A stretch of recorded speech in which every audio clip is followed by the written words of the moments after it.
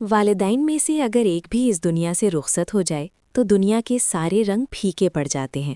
خوشی چاہے کتنی بڑی ہو لیکن خوشی نہیں لگتی۔ میرے بابا کو دنیا سے رخصت ہوئے 5 سال گزر گئے۔ آج میرے بابا کی برسی ہے۔ میرے بھائیوں نے بابا کی ایصال ثواب کے لیے گھر میں قرآن خوانی کا اہتمام کیا ہے۔ اس سلسلے میں آج ہم اپنے بابا کے گھر جا رہے ہیں۔ آج کا پورا دن وہیں پر گزر جائیں گے۔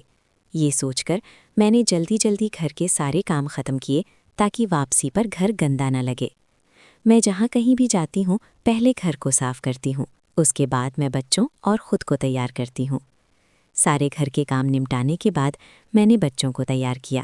اس کے بعد ہم بابا کے گھر کی طرف روانہ ہو گئے۔ بہت سارے لوگ آ کر قرآن خوانی میں مصروف تھے۔ قرآن خوانی کے بعد لوگوں نے کھانا کھایا۔ سارے مہمانوں کو فارغ کرنے کے بعد ہم سب گھر والوں نے بھی کھانا کھا لیا۔ اس کے بعد پورا دن وہیں پہ گزار لیا اور شام کا کھانا کھا کر ہم اپنے گھر واپس آ گئے۔